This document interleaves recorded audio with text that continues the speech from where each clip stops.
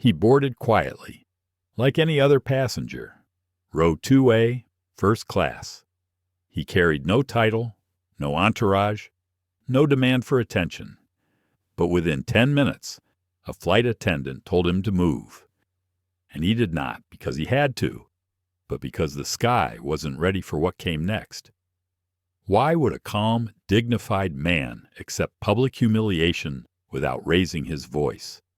Who was he really, and why did just 7 words from his lips crash the entire intercom system, bringing the airline, and half the country, to its knees?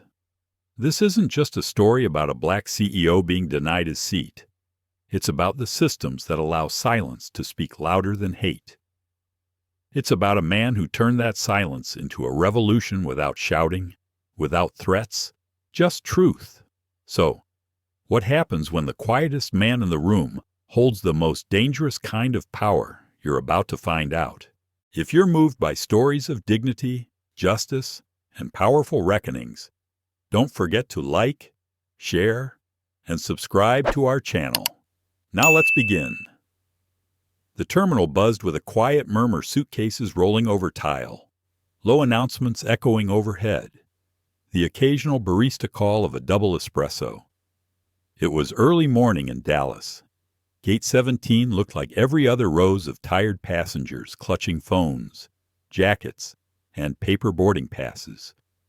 Among them stood a man who didn't try to stand out. Malcolm Everhart was dressed in a navy wool coat and gray slacks. His leather shoes gently creased at the toe. His carry-on was modest, his face calm. There was no logo on his sweater, no watch to flash. If you glanced once, you might not glance again. That was by design. He stood near the window, not too close to the gate door, and quietly waited. He didn't scroll through his phone.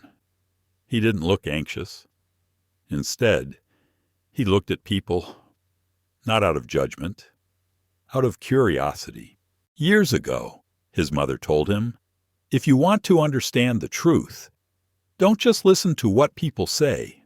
Watch how they wait. Now, he watched. A toddler dropped a stuffed giraffe. A middle-aged man in a trench coat pretended not to see. A college girl picked it up and handed it back. A flight attendant walked by, briskly platinum blonde bun, name tag flashing Sierra. Her eyes passed over Malcolm briefly. Then, they returned. Her expression flickered, the kind that tries to settle into polite neutrality, but can't hide the calculation. She looked at the boarding group on the screen. Group 1 was being called. Malcolm stepped forward. He handed his boarding pass to the agent, a young man in a navy vest. "Thank you, Mr. Everhart," the agent said, scanning the pass. "Welcome aboard. First class, seat 2A." Malcolm nodded softly. "Appreciate it." He walked through the jet bridge slowly, not because he was hesitant, but because he was deliberate. The hum of the air system, the faint metallic echo of his footsteps, it all centered him. He'd flown this route before. He'd flown dozens of routes under dozens of names. But today mattered. He entered the cabin, nodded to the pilot just outside the cockpit, and turned left toward first class. And there she was again. Sierra Whitlow stood near the galley. She looked up, clearly surprised to see him walking toward that seat. "Excuse me, sir," she said, stepping slightly in front of him. "Are you looking for someone?" "No," Malcolm replied evenly. "I'm heading to seat 2A. Her eyes darted to his boarding pass. She didn't reach for it. She didn't smile. "There may be a mistake," she said, her tone cool. "This seat's reserved for first class." "It is first class," Malcolm said gently. He didn't raise his voice. "And it's my seat." A pause. A breath. The other passengers in the front rows began to shift slightly, sensing tension. "I'm sorry," Sierra said, her lips thinning. "Can I see your boarding pass again?" He handed it to her. She looked at it, as if trying to will an error into existence. Then she looked at him again, her eyes scanning his coat, his posture, his calm. She handed it back. Her tone changed, but not warmly. "All right, Mr. Everhart, please go ahead." He nodded, stepped past her, and placed his bag in the overhead compartment. He sat, adjusted the armrest, and looked out the window. Across the aisle, a well-dressed man with salt and pepper hair raised an eyebrow. He leaned forward slightly. Sierra walked back toward the galley, tapping something into a device near the curtain. 10 minutes passed, then 20. Boarding continued, then came a shift. A male passenger boarded, glanced at his boarding pass, and looked confused. Sierra approached him with a bright smile this time. "Mr. Hollinger," she said. "Actually, we've just opened 2A for you. Right this way." Malcolm turned. So did a few others. Hollinger, unaware, followed Sierra toward the seat that was already occupied. She looked at Malcolm. "Sir, I'm going to need you to relocate. This gentleman is our Medallion Gold priority, and this is the last available upgrade." Malcolm blinked slowly. "I'm sorry." She sighed. "We've had a system update. There's been a reassignment. We'd appreciate your cooperation." He didn't move. His voice stayed low. "That's not what your system showed 20 minutes ago. I understand, but you'll still be in Comfort Plus. We just need to make this adjustment." Malcolm didn't argue. He didn't threaten. He simply looked at her. Then he pulled out his phone, tapped 3 times, and slid it into his coat pocket. "Of course," he said, standing. Grant Hollinger settled into 2A without looking at Malcolm. He had a Wall Street Journal in one hand and a Bluetooth headset in the other. He was already on a call about quarterly margins. Malcolm walked silently toward row 9. Passengers watched. Some turned back around. Most didn't say a word. He sat, pulled out a book. Noelle Chambers, seated across the aisle, met his eyes briefly. She didn't say anything, but she had noticed everything. Sierra walked down the aisle, her step lighter. Malcolm looked out the window and waited. Malcolm sat in seat 9C, a middle aisle seat, the kind of seat that made you feel like a number, not a person. He didn't mind, not outwardly. He unfolded the in-flight magazine like it mattered, like he needed to know about credit card points or loyalty upgrades. He didn't. He knew more about this airline than the woman who told him to move. He knew the hidden training gaps, the unreleased equity reports, the cabin audit results that never made it to the press. He knew how systemic bias didn't always sound like a slur or shout. Sometimes it arrived as a smile. Sometimes it wore lipstick and name tags. And sometimes it said, "We appreciate your cooperation." Passengers filed in around him. A mother wrangling 2 toddlers in matching pajamas. A man in a fishing cap who smelled faintly of whiskey. A teenager with over-ear headphones nodding silently to music Malcolm couldn't hear. And further up, seat 2O. Grant Hollinger reclined with ease, asking for sparkling water before takeoff. His voice was loud, assertive, the kind that filled a cabin, whether you wanted to hear it or not. "I told them," Hollinger said into his headset, "if they don't get that acquisition paperwork signed before the board meets, we pull out. Simple." He laughed, a forced, hollow sound. Sierra Whitlow passed by again. She didn't look at Malcolm this time. Her walk had changed more confident, somehow lighter, as if restoring the natural order had returned her to herself. Malcolm closed the magazine and rested his hands in his lap. He wasn't angry, but something in his chest pressed inward. Not fury, not sadness, recognition.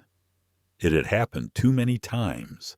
When he was 8, a teacher told him he was too distracted to join the school's gifted program, even though he aced every math exam.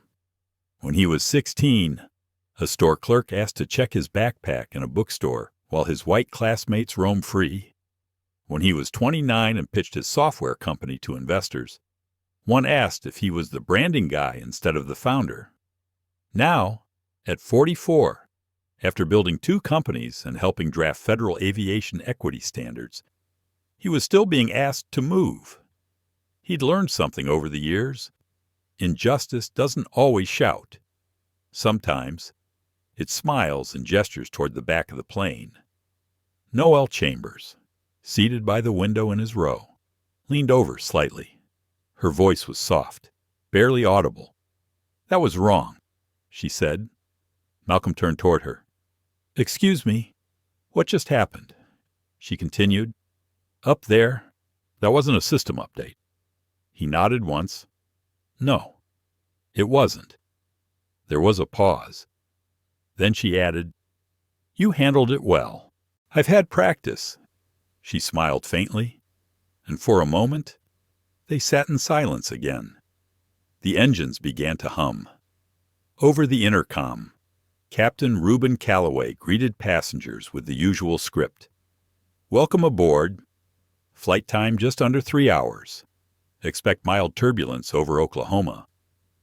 Sierra's voice followed with the safety briefing, her tone rehearsed and clear. Malcolm's phone buzzed once in his coat pocket.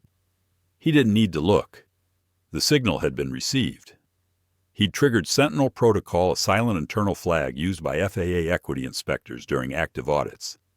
It meant that a full review was now underway, beginning in real time. What followed would depend on observation, passenger statements, cabin recordings, and the inspector's final report. He didn't need to say a word. That was the beauty of it. Up in 2A, Hollinger had now removed his shoes. He sat cross-legged, typing aggressively on a tablet. Sierra walked past again, collecting stray carry-ons for overhead storage. She stopped near Malcolm's row to assist a woman with an oversized duffel. As she turned to push the bag into the bin, her eyes flicked to Malcolm. Just for a second. This time, her smile was clipped. She kept walking. Malcolm exhaled slowly and leaned his head back. He wasn't here to humiliate her. That wasn't the point. He was here to see the truth. It had always been about exposure, not punishment. He closed his eyes for a moment. In the quiet, a memory came back. His mother, Delilah, was pouring coffee at their old kitchen table. He was 17. She was reading a letter from a university, his first college acceptance. "They'll never expect you," she had said, a soft pride in her voice. "That's your gift. Not just your brilliance, but your silence." He hadn't understood it then. He did now. She died 5 years ago. But moments like that never left him. The plane began taxiing. The cabin dimmed slightly. Malcolm opened his eyes and stared at the ceiling. He noticed how many passengers were now whispering. Some were pointing toward the front. Others kept glancing back at him. The woman across the aisle from Noel tapped her shoulder. "What happened up there?" she whispered. "Noel just said." "You saw it." More murmurs. The energy was shifting. The injustice hadn't gone unnoticed. It rarely did. But passengers were trained to pretend, to sit quietly, to not make it worse. That's why Malcolm never shouted. He didn't need to. People would feel it anyway.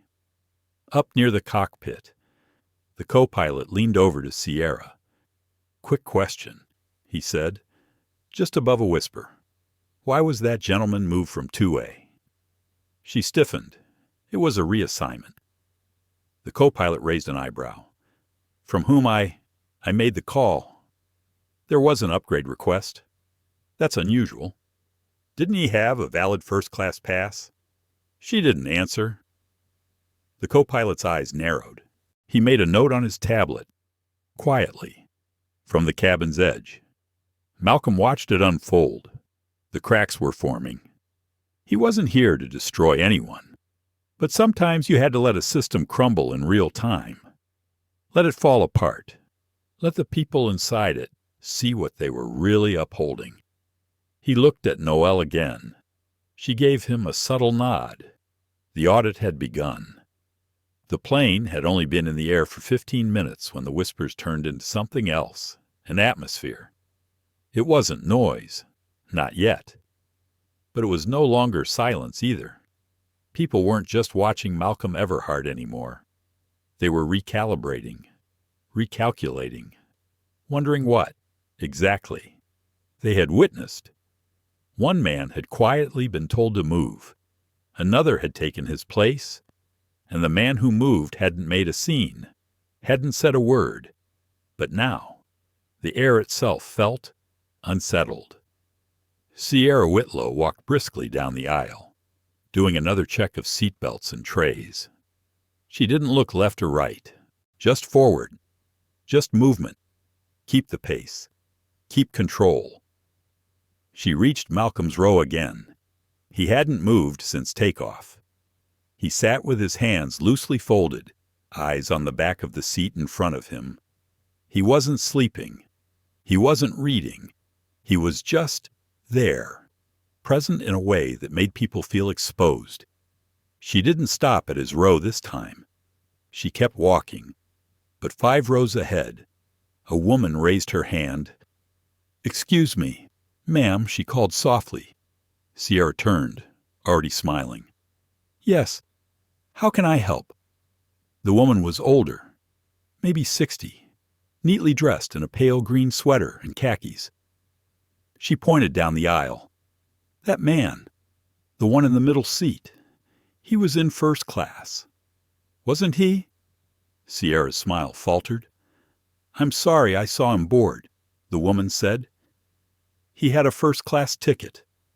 I remember because I noticed his coat. It's beautiful fabric."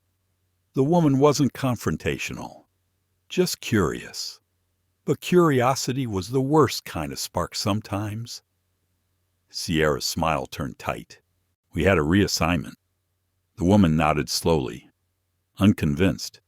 Behind her, a teenage boy leaned into the aisle. "So, he got bumped. Even though he paid for the seat, sir." "Please don't worry yourself with that," Sierra said quickly. "Enjoy your flight." But now heads were turning.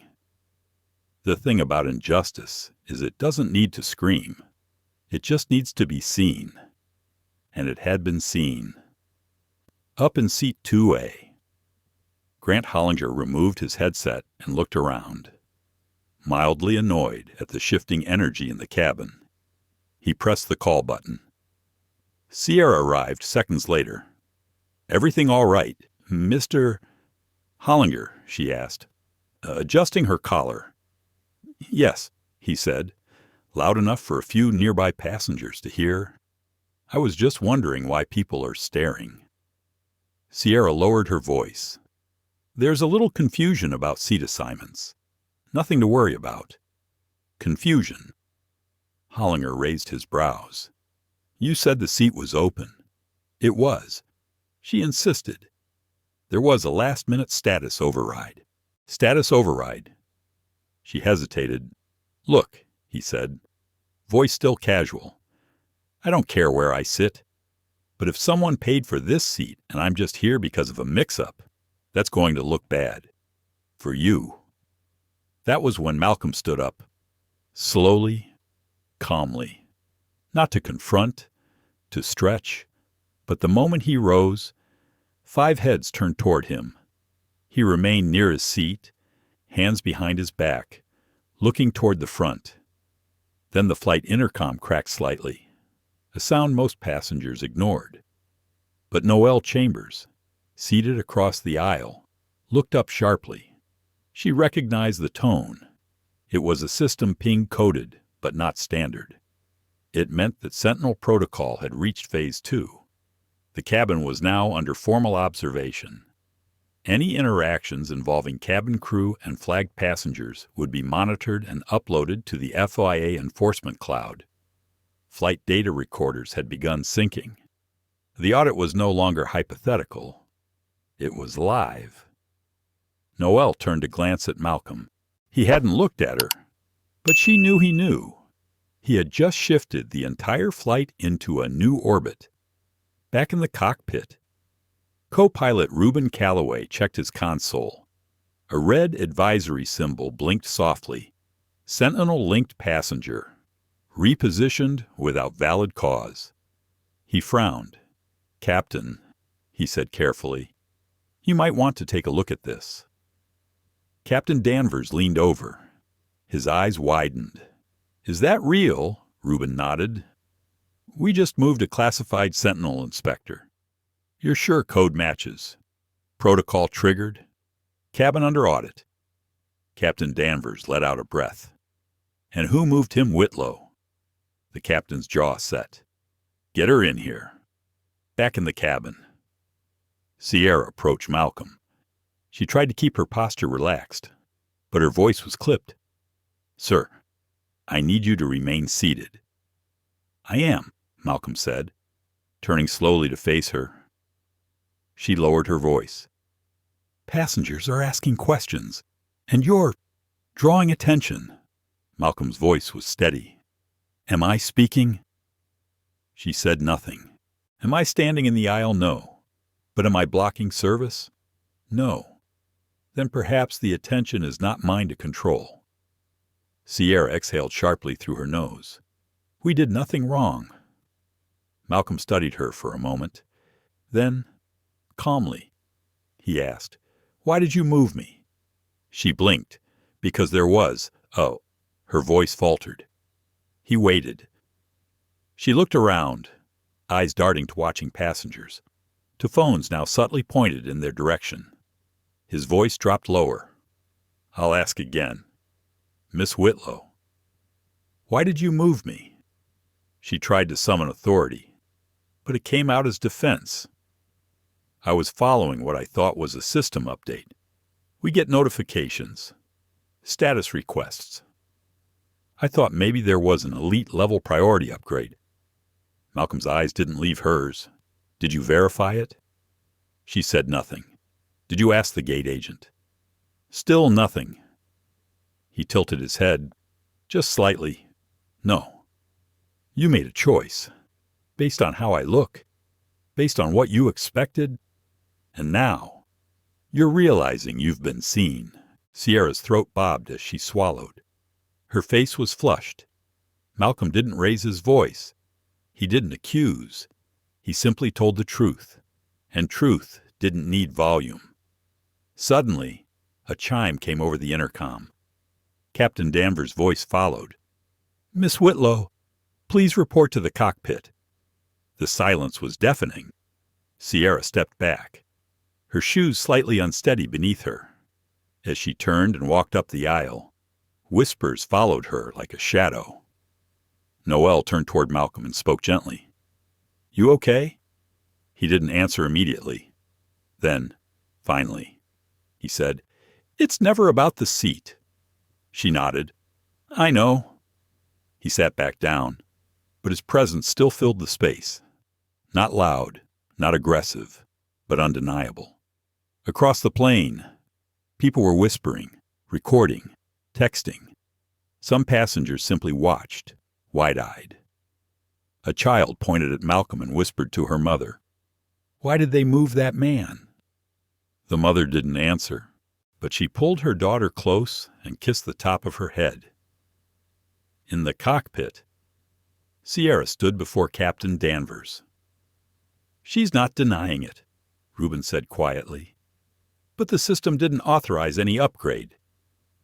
"We may have a problem," the captain said. "Do we ground?" Reuben asked. "Not yet. But if he speaks again," Danvers didn't finish the sentence. They all knew what was coming. The intercom crackled once more. The storm had only just begun. Sierra stood frozen outside the cockpit, her hand still resting on the latch. She hadn't knocked yet. Inside, Captain Danvers and co-pilot Reuben Calloway waited in silence. The air felt heavier than the pressurized cabin beyond their door. What had started as a routine flight was now spiraling into something far more consequential. Reuben finally broke the quiet. "You know what Sentinel means?" "Right." Danvers nodded, lips pressed into a thin line. "It means every second is being recorded. Every word. Every pause." Reuben turned his tablet to face the captain. "Passenger 7A, Malcolm Everhart. External FAA contract ID verified. High-tier Sentinel enforcement. Covert class." Danvers stared at the screen. "Why the hell didn't we know this before takeoff?" "Because Sentinel IDs are scrambled until triggered," Reuben replied. "They want to see things as they truly are, without warning." Danvers exhaled, running a hand over his temple, and Sierra moved him out of first class. She overrode the manifest. Reuben said, "No proper clearance. The logs confirm it." Danvers didn't say anything for a while. Then, finally, he muttered, "We're not just flying a plane anymore." Sierra knocked softly, breaking the tension. The door opened with a click. "You asked for me." "Captain," she said, trying to sound composed. Danvers studied her face. "I need you to be honest with me." "Sierra? Completely honest?" She nodded slowly. "Why did you move Mr. Everhart from first class? I thought it was an upgrade request. The system sometimes logs those late." "You didn't verify it?" Reuben interrupted. Sierra's shoulders tensed. "No, but I assumed." "That's not how protocol works," Danvers said. She looked down. "I know." He leaned forward slightly. "Sierra, do you know what happens if Sentinel reports a Category 2 violation?" Her voice dropped to a whisper. "FAA audit. Personnel review. Possible flight grounding." Danvers said nothing, but the look on his face said everything. Back in the cabin, the energy had shifted from curiosity to vigilance. People weren't just whispering anymore. They were filming, posting. One woman stood up to speak to the flight supervisor. Another asked for the names of the cabin crew. It wasn't chaos yet, but the current was pulling that way. Malcolm still hadn't spoken more than a few words. But his presence, his silence, was doing more than any speech could. Noelle Chambers reached down to her bag and pulled out a small silver badge, concealed by a leather case. She didn't flash it, just held it in her lap. Malcolm noticed. Their eyes met briefly. He nodded once. It was time. He stood. This time.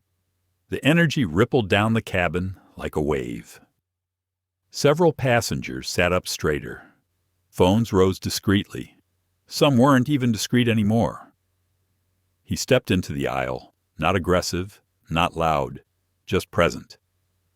He walked forward slowly. When he reached row 3, he paused. His voice was quiet, but unmistakable. "Flight crew," he said. "I need to speak with your supervisor."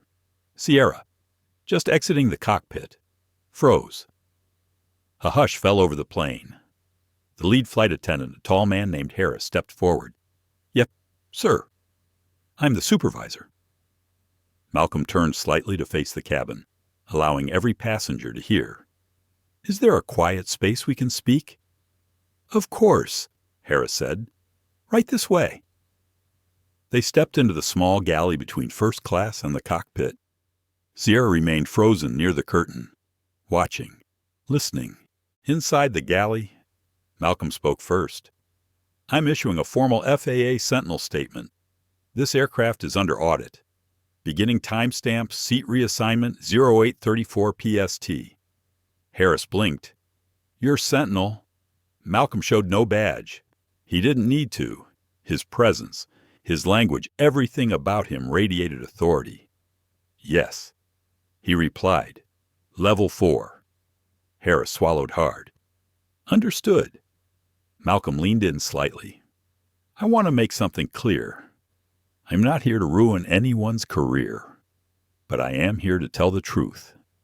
And right now, the truth is that a crew member made an unverified judgment based on assumption, not protocol." Harris nodded. "I'll start the compliance log now." Back in the cabin, passengers were openly discussing the incident. "He's with the FAA," someone whispered. "No wonder they're freaking out up front. Did you see how calm he is, like he's done this before?" In seat 2A, Grant Hollinger finally stood. He looked visibly uncomfortable, tugging at the sleeves of his sports jacket. He leaned over the divider to speak with Noel. "Hey, I had no idea I took someone's seat. I thought I was upgraded." Noel looked up at him calmly. "You were given the seat by mistake." "Well, should I move?" She didn't answer. That's when the intercom crackled again. This time, it wasn't a routine announcement. It was Malcolm's voice. He stood in the galley, speaking through the crew panel mic. He didn't yell. He didn't accuse. He simply spoke. "Ladies and gentlemen," he said, "this is Malcolm Everhart. I am a passenger on this flight. I was removed from my first-class seat under the pretense of a system error. The cabin fell dead silent. I did not protest. I did not argue. I complied because I wanted to see how far it would go. Now people were leaning into the aisles. What you witnessed," Malcolm continued, "was not a mistake. It was a decision. And now, this flight is under Sentinel audit and FAA review system that monitors in-flight discrimination and systemic bias." Gasps. Audible ones. People turned to one another, wide-eyed. "I say this not to shame anyone," Malcolm said, voice calm as ever, "but to awaken. You all saw it. You knew it was wrong, but you waited for someone else to name it." A pause. "You don't need a badge to recognize injustice. You just need courage." "In the cockpit," Danvers whispered. "He's taking control of the cabin." But Rubin shook his head. "No, he's giving it back." The intercom clicked off, and for a moment, just one moment, there was stillness. Then, a quiet applause began. From the back, then the middle, then scattered claps from every direction. It wasn't loud, but it was undeniable.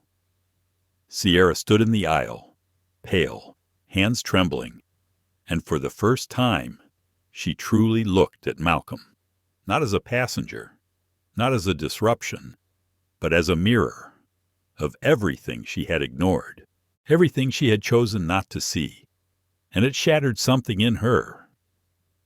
She turned toward the curtain, not to hide, but to breathe, to feel, and in that breath, something changed, not just in her, in the entire plane. The audit had begun, but the awakening was already happening. The applause had faded, but the weight of what Malcolm said still hung in the cabin like vapor. People weren't just seated anymore. They were aware of the space, of each other, of themselves. The plane continued to cruise at 35,000 feet, but the emotional altitude was rising fast. In row 9, a man stirred. He was tall, in his late 50s, wearing a crisp navy blazer and khaki slacks, neat silver hair, expensive loafers. He glanced toward the galley with narrowed eyes, his lips tight. He didn't like what had just happened. His name was Richard Adley, seat 9C. To most people, he was just another businessman. But to Noelle Chambers, he was a red flag. Her hand moved to her tablet. She typed quickly, "FAA Watch Priority Level 3. Richard Adley, known to have prior civil complaints related to racial bias in corporate travel policies, denied boarding to minority staff on 2 occasions, settled out of court. She didn't make a scene, but she watched him closely. Richard leaned into the aisle, raising his voice just slightly. "Excuse me, is this some kind of political stunt?" The man across from him raised his brows. "What that man? The one speaking on the intercom. Malcolm, whatever his name is. This is performance. Manufactured outrage. I paid for my seat like everyone else." Several heads turned. A younger woman in the window seat beside him slowly pulled her headphones off, clearly uncomfortable. Noel looked toward Malcolm. He didn't move, didn't even look back. He remained seated, hands folded, calm as always. But he knew. Richard wasn't just pushing back. He was poking the fault line, and it was beginning to crack. Up front, Sierra stood in the galley, leaning against the counter, her arms wrapped tightly across her chest. She didn't know what to do with the ache in her stomach. The moment Malcolm's voice rang out over the intercom, something inside her had shifted.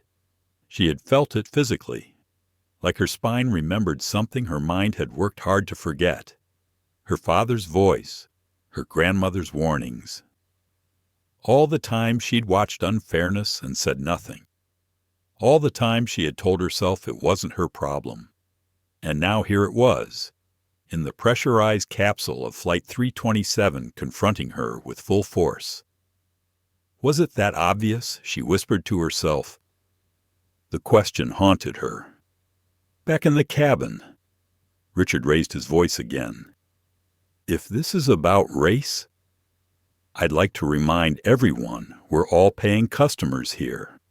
Nobody owes anyone special treatment just because they have some badge. That was enough. Malcolm rose. Calm. Quiet. He didn't say anything. He just turned and walked slowly toward Richard's row. A few passengers pulled out their phones again. The energy shifted, thick and pulsing. When Malcolm reached row 9, he didn't stop in the aisle. He sat, right next to Richard. In 9D, people were stunned. The man who just addressed the entire cabin had voluntarily sat beside the very passenger trying to undermine him. Richard shifted uncomfortably. "What are you doing?" Malcolm turned, his voice as calm as ever. "You seem to have a lot to say. I thought you might prefer to say it directly." Richard flushed. "You're trying to provoke me." "No," Malcolm replied softly.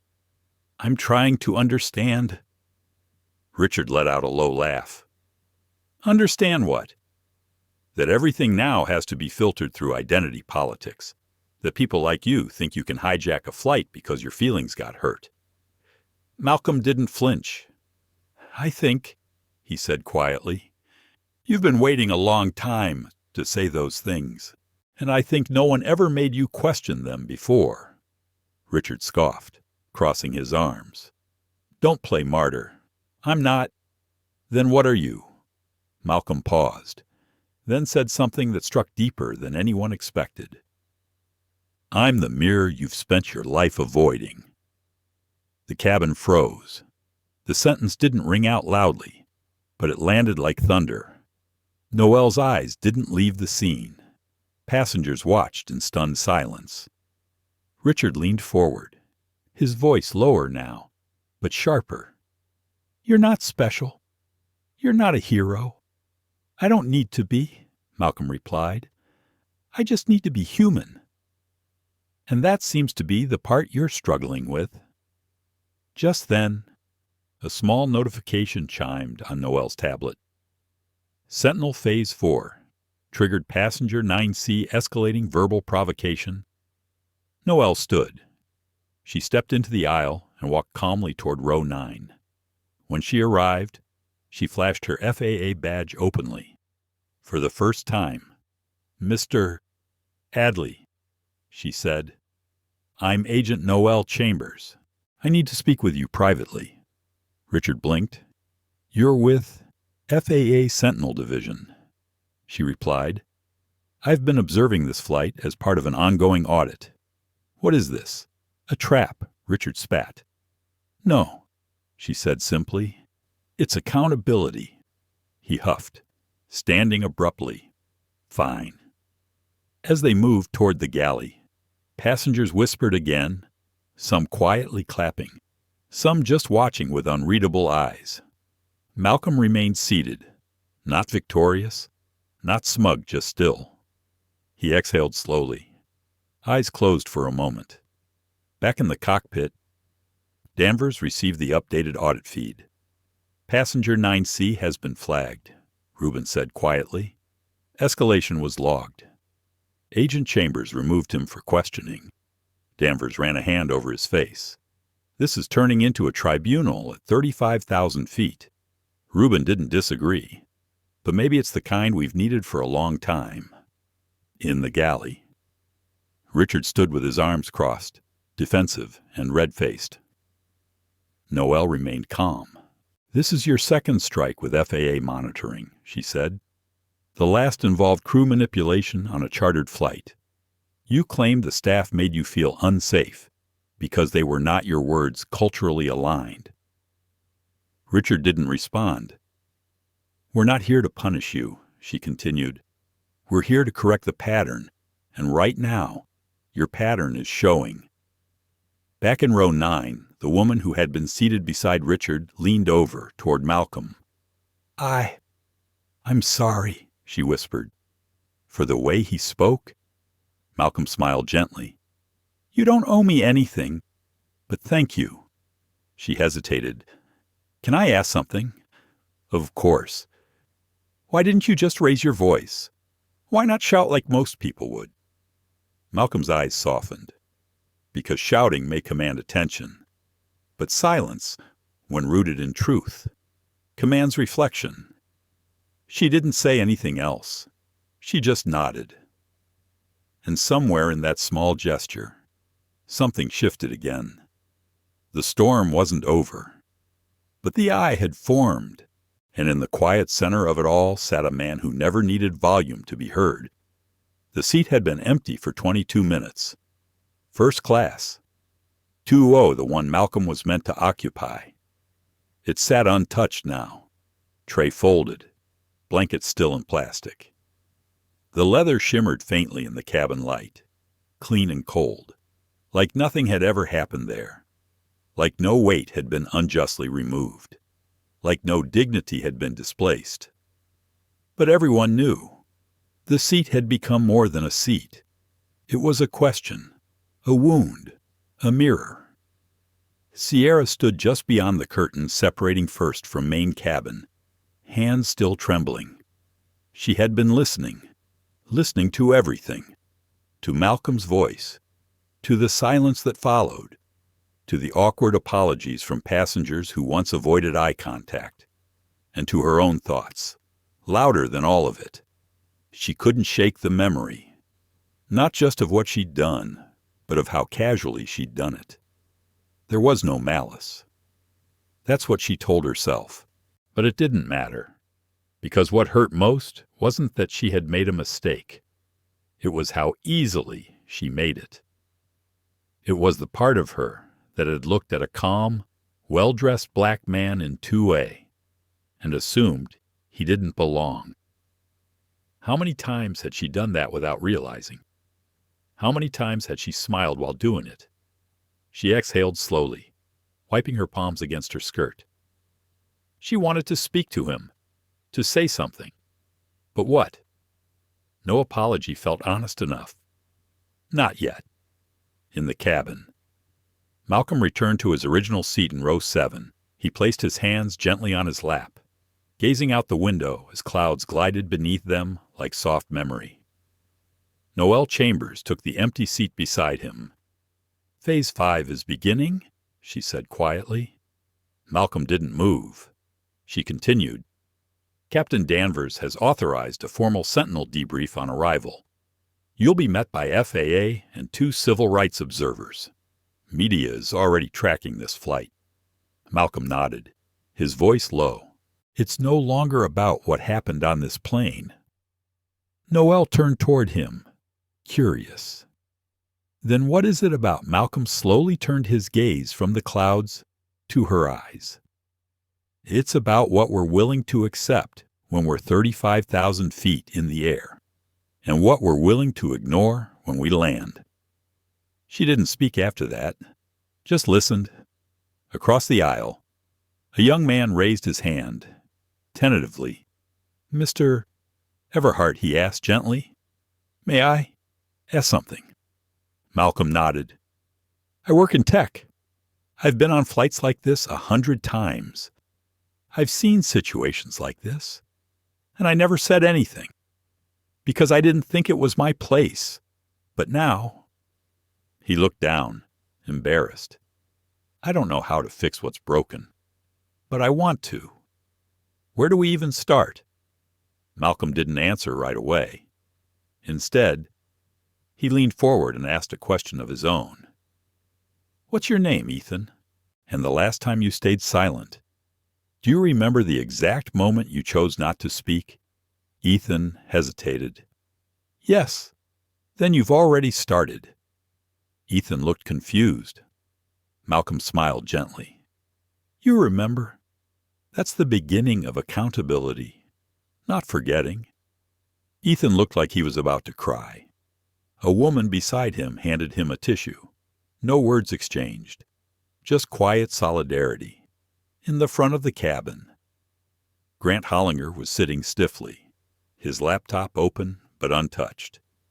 He stared at the screen without typing. Earlier, when he'd first been seated in 2A, he hadn't even questioned the upgrade. It had been handed to him like so many other things in his life. He'd thanked the crew, smiled, didn't even notice the look on Malcolm's face as he was displaced. Didn't want to, because recognizing it would have required action, and action comes with cost. Now, that cost was staring back at him, and it looked nothing like anger, nothing like vengeance. It looked like quiet composure. A man who didn't scream when wronged, who didn't demand to be respected, because he didn't need to demand what he already carried within him. Dignity. It was Grant who stood up now. He made his way down the aisle, stopping by Malcolm's seat. Passengers watched in silence. "I owe you something," Grant said softly. Malcolm looked up, calm as ever. "No," he replied. "You owe it to yourself, to know the difference between a gift and a theft." Grant blinked. "I didn't take the seat on purpose." Malcolm nodded.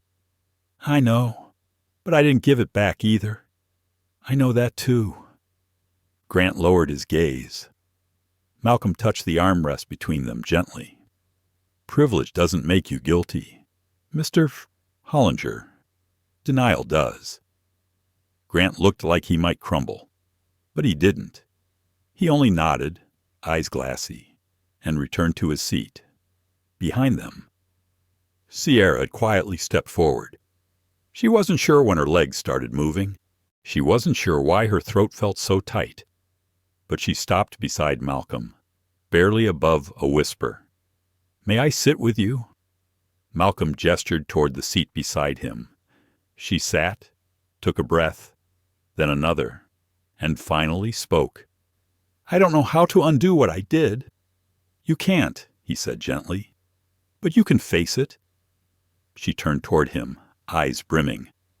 "I don't even know how it happened. I didn't mean to assume. I really didn't.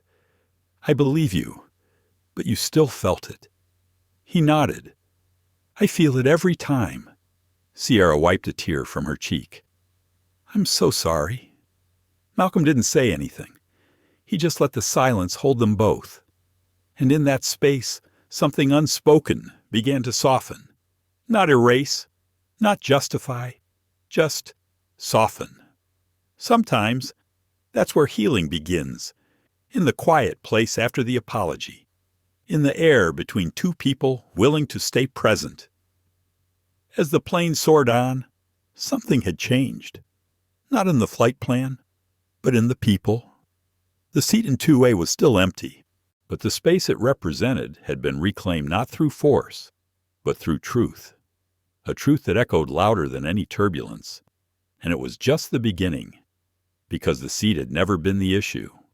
It was the system that decided who belonged in it. At cruising altitude, things are supposed to be calm. The hum of engines becomes white noise. The tension from takeoff fades into stillness. It's the part of the flight where people close their eyes, order coffee, or scroll without thinking, but not on Flight 327. At 35,000 feet, something else was cruising. Truth.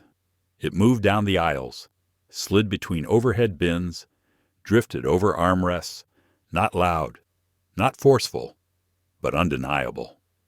It had been released by one man's calm voice, and now everyone could feel it, whether they wanted to or not. Captain Danvers sat quietly in the cockpit, monitoring the comms and internal feed. He had flown over 25 years and had never seen anything like it. Not the conflict. That was common. But the silence after, the way the atmosphere had changed, it was like someone had opened the window to another kind of air. Cleaner, sharper. "I've seen diverted flights for less than this," Reuben murmured from the co-pilot seat. Danvers nodded. "But maybe this one's finally on course." In the main cabin, Sierra remained beside Malcolm, unsure whether she was holding on to the moment or simply refusing to run from it. "I used to think neutrality was a virtue," she whispered. Malcolm didn't interrupt. "I thought being nice to everyone meant I couldn't be part of the problem. But now I wonder how many little dismissals I've handed out. How many people I've made invisible just by following protocol." She turned to him. "I think I've been protecting the rules more than I've been protecting people." He nodded gently. "Most systems train us to do that. They don't need villains. They just need people who won't look too closely."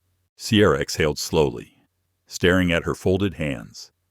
"I keep wondering what my grandmother would say." Malcolm smiled softly. "What would she say? She'd probably tell me, 'Sierra, the plane's not falling. You just realized you're not the one flying it.'" That made Malcolm chuckle.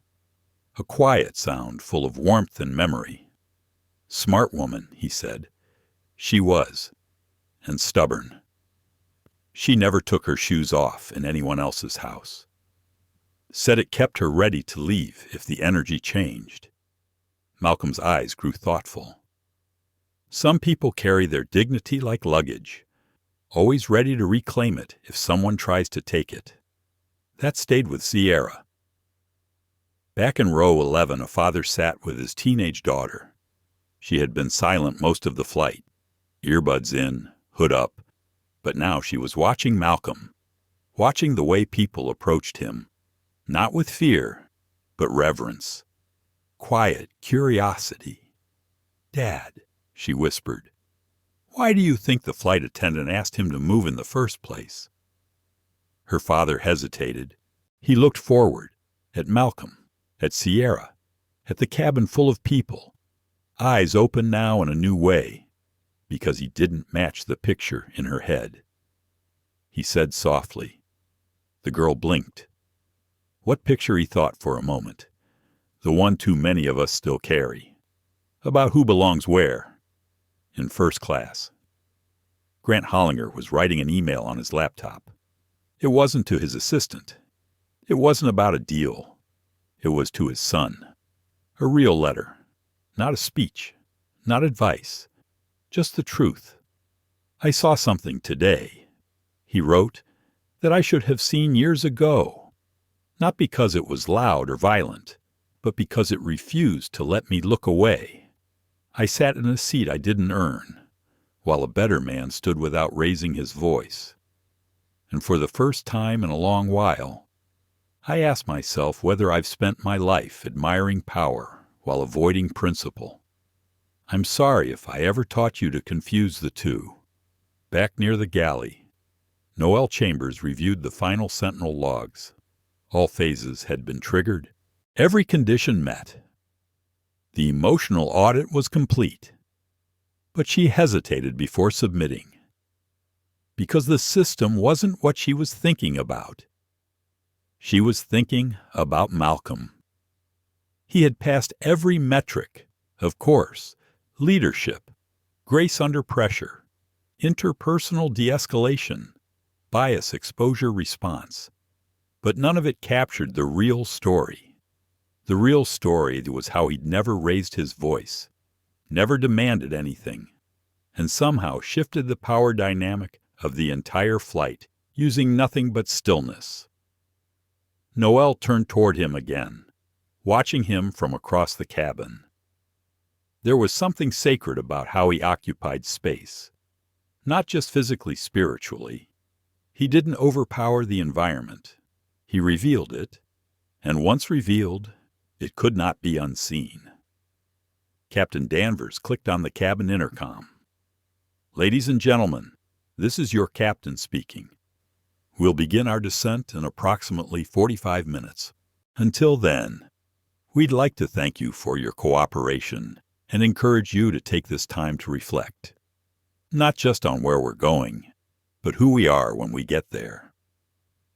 A few passengers looked up, surprised. It wasn't a typical pilot announcement. But then again, nothing about this flight was typical. The message lingered. In 2A, still untouched, a young woman stepped forward and gently placed a small flower on the armrest, a white lily. She had brought it from her grandmother's funeral, flying home with it as a final gesture. She didn't say anything, just left it there. Later, when asked why, she'd say, because that seat deserved something beautiful. Malcolm saw it. He didn't react, but something in his eyes softened. Sierra saw it too. She whispered, "I think the plane's changing." Malcolm looked at her, voice low. "No, the people are, and that was the difference. A plane doesn't have a conscience, but people do, even at 35,000 feet, especially then." The flower sat alone. No water, no vase, just a single white lily, placed gently on the armrest of seat 2A, its petals trembling slightly with every subtle shift of the aircraft. It looked fragile, but in truth, it carried more weight than any passenger on board. Sierra couldn't stop staring at it. She stood near the front, watching from just behind the curtain. It wasn't just a flower anymore. It had become a symbol, an offering, a quiet act of restoration from someone who hadn't spoken a word. The woman who placed it had since returned to her seat. She hadn't left a note. She hadn't told anyone. But Sierra saw her eyes when she laid it down steady, full of meaning, like she was returning something sacred. Malcolm hadn't touched it. He had only looked at it once, then let it be. Sometimes honoring a gesture meant not disturbing it. The cabin, once humming with subtle tension, had grown reverently still. People whispered less, shifted slower. Even the clatter of ice in plastic cups seemed softer, as if the aircraft itself was adjusting to something more human. In row 7, Malcolm sat quietly, hands folded, eyes resting on the floor just beyond his feet. The weight of the morning still pressed gently on his chest. Not heavy, not sharp, just present. He wasn't angry. He had never been angry. But he was tired. Not the kind of tired that sleep could cure. It was the kind of tired that came from enduring for too long without breaking. Noel leaned toward him slightly. "That flower's going to be on every news feed within the hour," she said quietly. Malcolm offered a faint smile. "Then I hope people understand what it really means." Noel tilted her head. "And what do you think it means?" He didn't answer right away. Instead, he closed his eyes. It means someone saw the moment something was taken and tried, in their own way, to give it back. Noelle sat back in silence, touched by the simplicity of the truth. Near the back of the cabin, the teenage girl in the hoodie had taken a picture of the flower, not for likes, not for outrage, just to remember. She whispered to her father, "Do you think he'll ever sit there again?" Her father looked toward the front, thoughtful. "I think he never needed the seat," he said, "but maybe the rest of us did." In first class. Grant Hollinger had closed his laptop. He stared straight ahead, posture slightly slouched, shoulders no longer bracing. His mind played over every moment since boarding, every detail he'd missed, every smile he hadn't returned, every silence he had mistaken for permission. He wasn't sure if he had ever seen a white flower in first class before. He had seen champagne, brushed steel, cold efficiency, but not something like that. Something honest. It reminded him of his grandmother's garden in Maryland, where nothing grew in perfect lines, but everything still had a place. He wondered what she would have said if she were sitting next to him. Maybe nothing. Maybe she'd have just looked at him the way she used to when he lied as a boy, not with anger, but with disappointment that always cut deeper. You knew better. And that was the worst part. He did. In the cockpit. Captain Danvers took a sip of coffee, his hands unusually still on the controls. "You ever have one of those flights," he said slowly, "where you land in a different city, but feel like a different person?" Reuben gave a quiet chuckle. "I think this is one of those." Danvers nodded. "I've flown senators, generals, billionaires, but I've never seen an entire plane orbit around one man's silence." "It wasn't just his silence," Reuben said. "It was how that silence made everyone else start listening." In the galley, Sierra prepared a warm towel tray for the forward cabin, something she'd done 100 times. But this time, she moved slower, more intentionally. Every act now felt like a chance to undo something she couldn't name. Not for Malcolm, but for herself. She reached the curtain and paused, then stepped out. The passengers in first class looked up, startled to see her again. Some had kept their distance since the incident. Others had looked at her with subtle blame. But now, they saw something different in her face. Not fear, not shame, but presence. She moved toward seat 2A. She didn't touch the flower.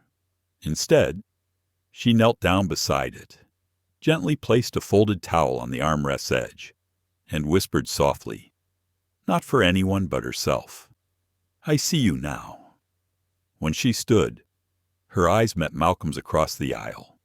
She didn't smile. Neither did he. But something passed between them. A kind of mutual acknowledgement. A beginning. She walked back toward the galley. In row 7, Noelle shifted in her seat, watching the subtle choreography of the moment unfold. "You were right," she said to Malcolm. It was never about the seat. Malcolm leaned back, arms resting on the sides of his chair. "Seats can be reassigned," he replied, "but stories stay with us." He looked out the window, clouds thinning beneath them as the ground neared. "Everyone on this plane will tell a different version of what happened. Some will defend it, some will deny it, but some—" He looked back at Noelle. "Some will finally start asking the right questions." The plane began its descent. The cabin lights dimmed slightly. A soft chime rang overhead. Passengers shifted upright. Belts clicked into place. Window shades lifted. But no one touched the flower. Not even when the tray table was secured. Not even when the seatbelt sign lit up. It stayed there. Quiet. Defiant. Beautiful. And when the aircraft finally touched the runway, A faint cheer rippled through the cabin. Not for the landing, but for the journey. A journey that, for once, wasn't measured in miles, but in meaning. The wheels touched down with a low, steady rumble, the kind that passed through the body before the mind could name it. The aircraft slowed on the tarmac, gliding with quiet confidence as the skyline of Denver loomed in the distance. But inside the cabin, no one applauded. Not this time. The usual ritual of relief had been replaced by something heavier, something far more sacred than landing. There was reverence now, a sense that applause would cheapen what had just taken place at 35,000 feet. Instead, people glanced at one another, not with suspicion or curiosity, but with the sort of recognition that comes after a storm when the trees are still standing, but everything feels different. Sierra remained standing in the galley, hands folded gently, her breathing shallow but even. She had stood this way during hundreds of landings before, but never with her heart this still, not numb, just alert. She glanced forward toward seat 2A, where the white lily still rested, untouched, unmoved. Malcolm sat a few rows behind it, his eyes closed, not sleeping, but resting in that sacred space between movement and stillness. In that breath of time where we ask ourselves whether we changed something, or it changed us. Noelle closed her laptop quietly. The official Sentinel report was finished. It had all the timestamps, transcripts, behavioral observations, and deviation codes required for regulatory escalation. But none of it, she knew, would ever capture what had truly occurred. Because there was no metric for what Malcolm had done, no field in the audit for how one man's stillness had become a mirror, no checkbox for what it meant to hold space when everything else demanded reaction. A soft chime rang overhead. The flight attendants began moving through final checks. Captain Danvers emerged from the cockpit with Reuben behind him. They walked down the aisle with quiet respect, not because protocol required it, but because they wanted to see for themselves. They paused at row 7. "Mr. Everhart," Danvers said gently. Malcolm opened his eyes. "Captain, I've flown nearly 3 decades. Danvers continued, "and I've never seen anything quite like this flight." Malcolm gave a small nod. "Neither have I." Reuben spoke next. "I hope we land something more than the plane today." Malcolm's expression didn't change, but his eyes carried the warmth of quiet agreement. As the passengers prepared to disembark, the woman who had placed the lily stood up and approached Sierra. She looked nervous at first, but Sierra offered a quiet nod of acknowledgement before she even spoke. "I didn't know what to do back there," the woman said softly.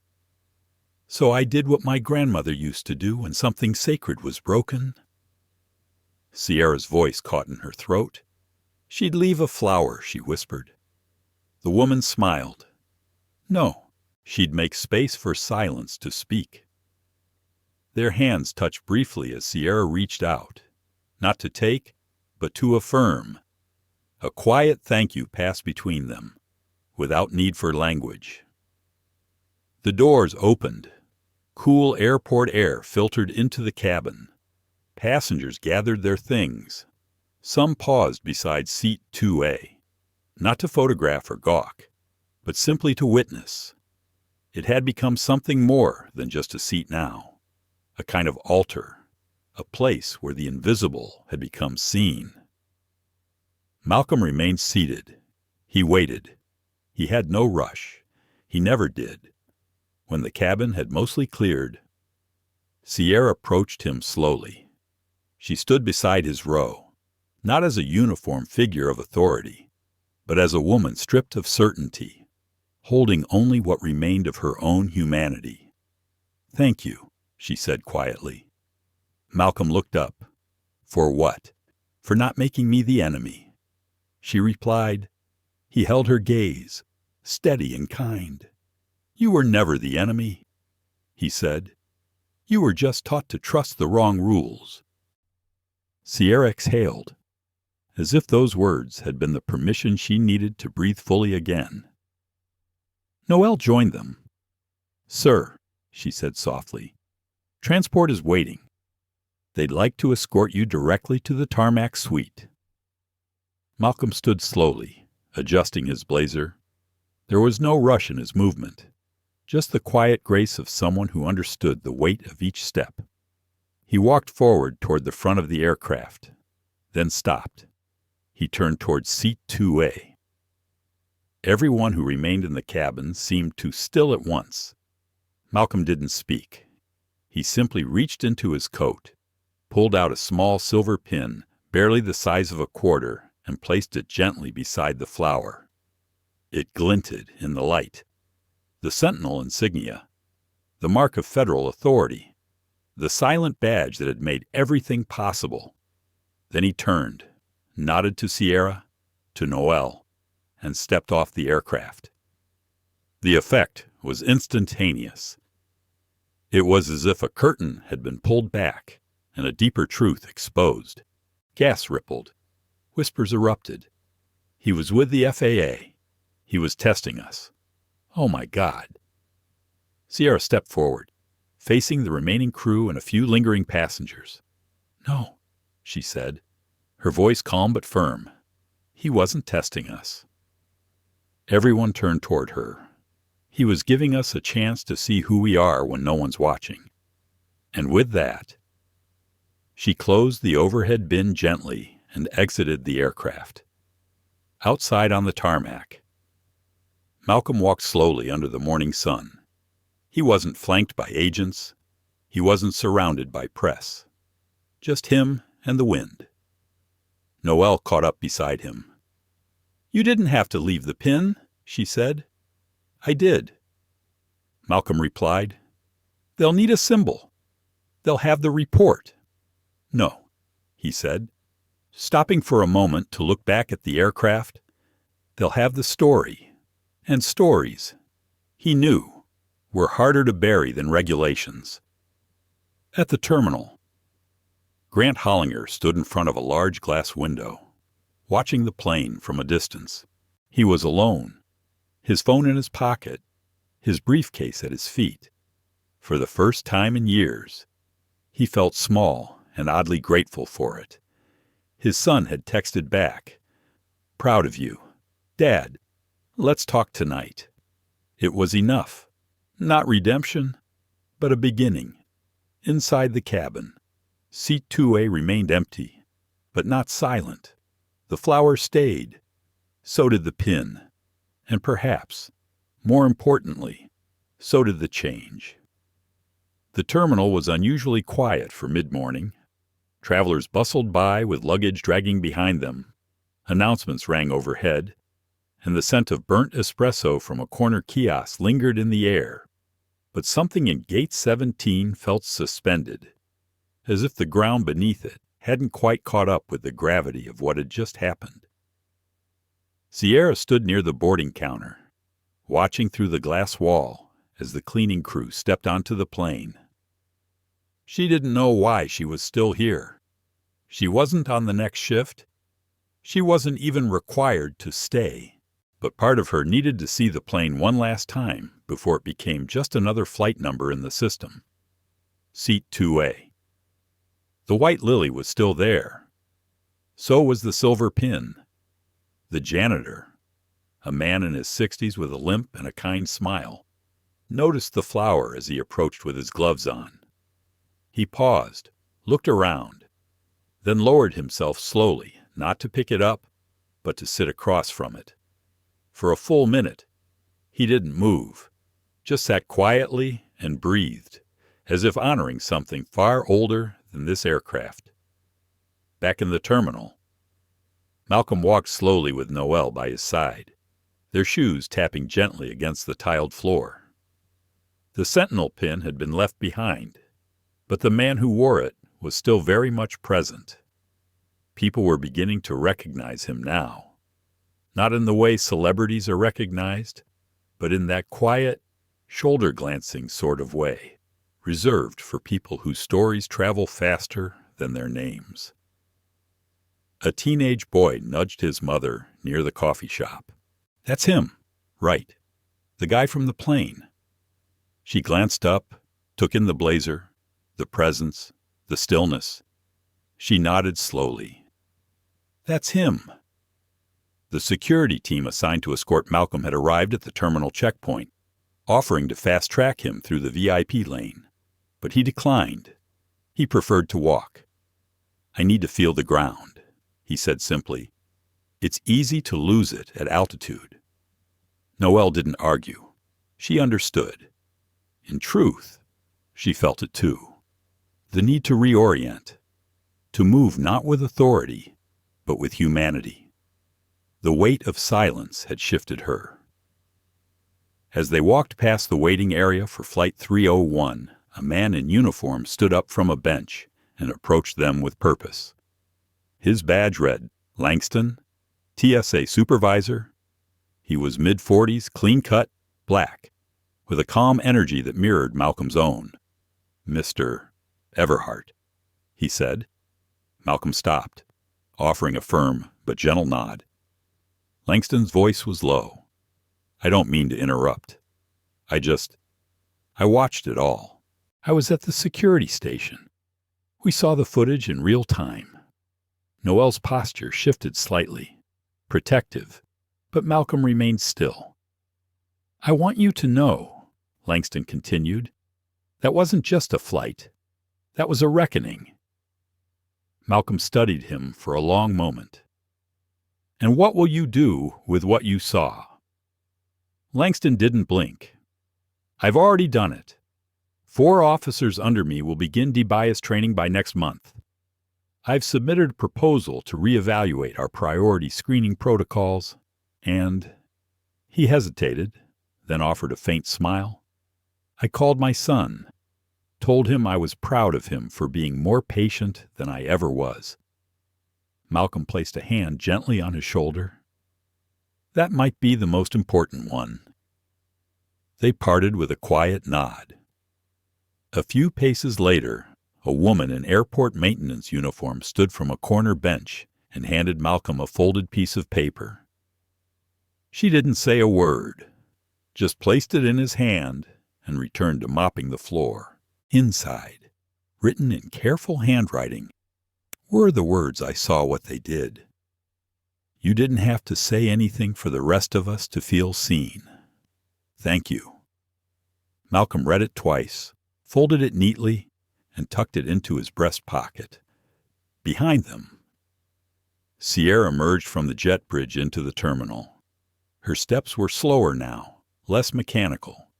Her face was flushed with exhaustion, but also with something gentler clarity. She spotted Malcolm ahead, hesitated, then followed. It wasn't about redemption. She wasn't seeking forgiveness like a transaction, but something inside her needed to carry the weight of what had happened to the very end. "Excuse me," she said softly, catching up to them. Malcolm and Noelle turned. Sierra met his eyes. "I wanted to ask something before you go." Malcolm waited. "If you had spoken up earlier when I asked for your seat, what would you have said?" The question hung there. Noelle raised an eyebrow, but said nothing. Malcolm thought about it, not for effect, but because he wanted to honor the question with the truth it deserved. "I think I would have asked you," he said slowly, "why the name on the ticket wasn't enough." Sierra's breath caught. He continued, "And if you still insisted, I would have moved. Not because I had to, but because I don't believe in proving my worth to those who've already decided I don't have any." Sierra's eyes welled, but she didn't let the tears fall. "I see now," she whispered. That silence wasn't weakness. "No," Malcolm said gently. "It was restraint. And restraint can be louder than rage." They stood in silence for a moment longer. Then Sierra stepped back. Malcolm turned to go. At the glass wall by Gate 19, a group of flight attendants were seated, whispering among themselves. They weren't in uniform yet, but one had clearly been scrolling through a viral video, an image of a white lily on a first-class seat, a silver pin catching light beside it. "It's all over Twitter now," one whispered. "He was FAA?" "No." Another said, "He was more than that." The third woman simply nodded. "He didn't take back the seat, but he made everyone wish he had." Malcolm passed them quietly. None of the flight attendants dared stop him, but all three stood as he walked by, out of respect. Not protocol, respect. Outside, the sunlight broke through the gray sky, casting long shadows across the tarmac. A private transport waited near the side terminal, but Malcolm paused just short of it, eyes turned upward. For all the moments that had passed inside that cabin, this one right here, on the ground, felt just as sacred. This was where change would take root, not in policy, not in press conferences, but in how people carried themselves once they left the terminal. Behind him, Sierra stood still, watching. She didn't call after him. She didn't need to, because some echoes, when spoken in silence, last longer than words ever could. 2 days later, the world knew, not in fragments, not through sensational headlines, but through the full, uncut Sentinel report made public by Malcolm himself. No branding, no ego, just facts. It had been uploaded without fanfare to a small subdomain of the FAA's oversight site. No video teasers, no press junket, no personalized statement from Malcolm Everhart. Just a quiet PDF. 72 pages, each word careful, each timestamp undeniable. Within an hour, it had been shared across every major news network. Within 5, it had over 1 million downloads. By the end of the day, it had a name, the Everhart Flight. An executive hearing was called by the Department of Transportation the following morning, not because of public outrage, though that came in waves, but because the internal systems that had allowed the injustice aboard Flight 9214 to occur had now been exposed in irrefutable detail. Bias wasn't just a moral failure anymore. It was a compliance breach. The hearing room was cold, sterile, and lined with rows of senior administrators, FAA auditors, union representatives, and airline CEOs. They had all read the report. They had all seen the silent collapse it described, but they hadn't yet met the man behind it. Until now. Malcolm walked into the room with the same quiet gait he had carried down the jet bridge. Calm, composed, present. He did not wear a suit designed to intimidate. No watch to flash. No entourage. Just a gray wool blazer, a notebook, and the certainty of someone who no longer needed to prove anything. The panel chair, a silver-haired woman named Louise Darnell, looked up from her papers as he approached the podium. "Mr. Everhart," she said, "we appreciate your presence." Malcolm nodded. "I'm not here as a victim," he said calmly. "I'm here as a witness." The silence that followed was deliberate. He allowed it to stretch, giving space for the room to settle. "I did not come here today to demand punishment." Malcolm continued. "Punishment is easy. It satisfies our thirst for reaction, but it doesn't address the drought beneath." A few people shifted in their seats. "The drought is systemic." He went on. "It shows itself in how we train, how we staff, how we enforce, but most dangerously, in how we choose to be silent when we see it." He opened his notebook, turned a single page, and then closed it again. "I wrote down 37 moments on that flight where someone could have said something. Only one person did." He let the words land. She was 12 years old. The room stilled. In seat 23C, Malcolm continued, a little girl turned to her mother and asked, Why did the nice man have to move if the ticket said it was his seat? Her mother told her not to get involved. That's where it starts. He paused. That's how silence becomes law. Gasps were audible now. This isn't about one airline, he said, or one flight. This is about the culture we've let grow unchecked at 35,000 feet.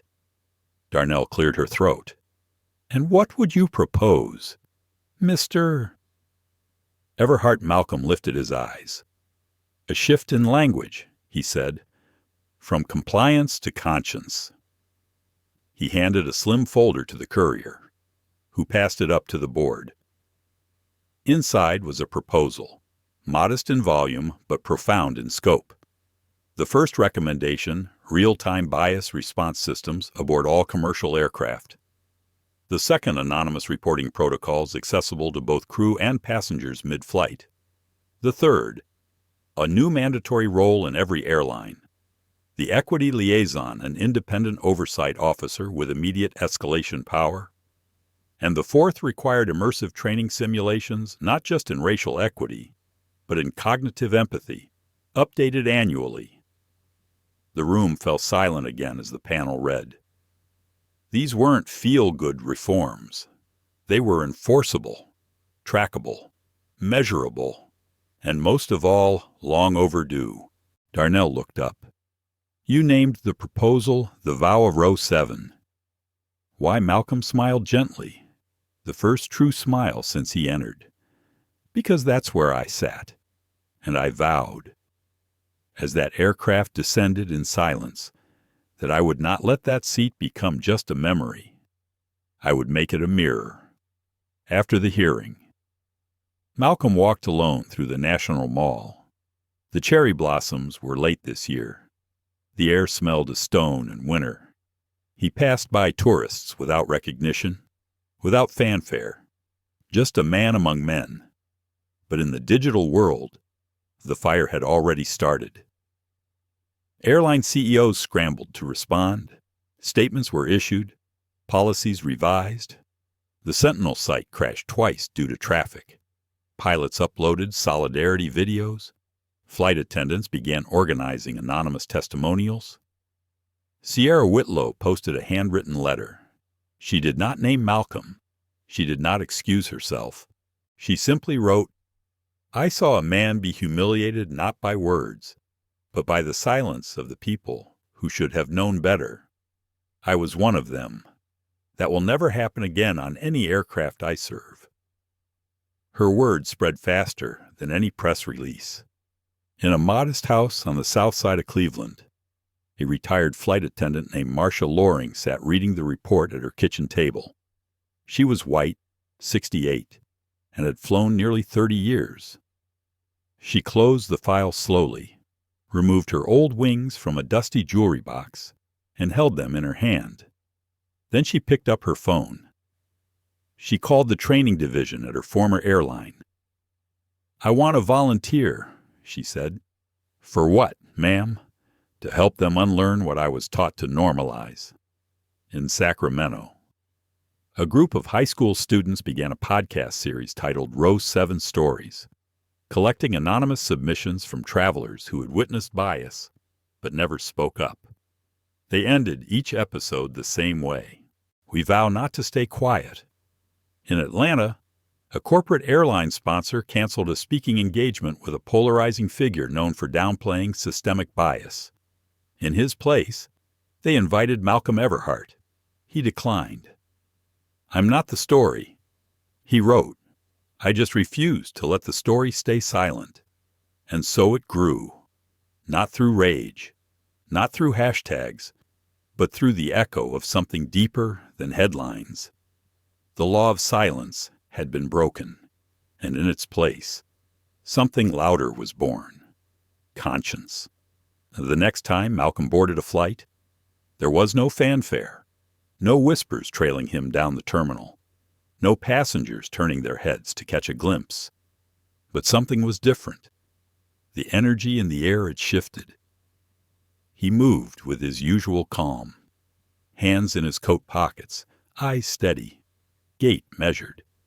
His boarding pass said 2A this time, the same seat he had been denied. But this wasn't about reclaiming territory. It wasn't about symbolism or power. It was about presence, about sitting fully in a world that had once tried to shrink him. He stepped onto the aircraft and paused. The flight attendant at the door was new early 30s, Asian American, with an honest warmth that didn't feel rehearsed. Her name tag read, Lena. "Welcome aboard, Mr. Everhart," she said without a trace of hesitation. "We're honored to have you flying with us." He nodded, appreciative. She didn't overdo it. She didn't perform. She simply saw him. As he made his way to 2A, he noticed that several other passengers, of all backgrounds and ages, were watching, not with suspicion, but with something gentler, recognition. Row 7 was empty this time. No one had taken that seat. It wasn't reserved on the manifest. It wasn't marked or blocked, but it was empty. Malcolm paused beside it and looked down. Someone had placed a folded linen napkin on the tray table, and resting on top was a single silver pin. The Sentinel crest, a whisper of a legacy that had already begun to echo. He took his seat in 2A, looked out the window, and let the silence wrap around him like an old friend. Across the aisle, a young woman in her 20s leaned forward. She had a thick law textbook on her lap and earbuds around her neck. "I just wanted to say," she began softly, "I watched the hearing. You spoke like my grandfather used to. Real quiet, real sure." Malcolm offered a faint smile. "What's your name?" he asked. "Camille," she replied. "Camille Jensen. First year at Howard Law. Then speak louder than I ever did," he said. She nodded, the corner of her mouth tugging upward. "Working on it." The plane pushed back from the gate. As the engines powered up and the familiar hum filled the cabin, Malcolm leaned back and closed his eyes for a moment. He didn't sleep. He remembered. He remembered the first time he ever sat in a first-class seat.